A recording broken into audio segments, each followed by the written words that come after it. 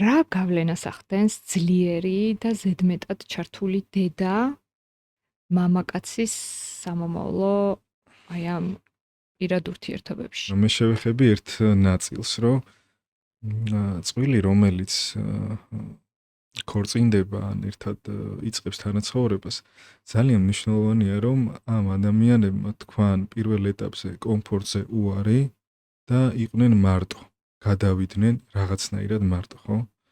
გულისხმობ ქირას, თუ სახლი აქვთ, მით უკეთესი, ხო? იმიტომ რომ როდესაც ოჯახში ხდება სხვადასხვა პერსონაჟების მუდმივი ტრიალი, ეხლა გამახსენდა ერთ-ერთ ორგანიზაციაში მოკლედ სადაც ტრენინგს ვატარებდი, აი რაზე შეიძლება დაიწყოს ხოლმე კონფლიქტები, აი დედა ახსენე და ოჯახში, ხო? ერთმა ადამიანმა ეს ისტორია გააზიარა, რომ დედამთილსა და რძალს შორის რაზე შეიძლება დაიწყოს კონფლიქტი. დედამთილი ამბობს, რომ ცოცხს ტარით ნუდებ. არ ცოცხი დადე ტარით. ხო და ეს გოგო კიდე შეძლებული ოჯახიდან იყო და ვერ ხვდება რა 5 ცოცხს იყიდის.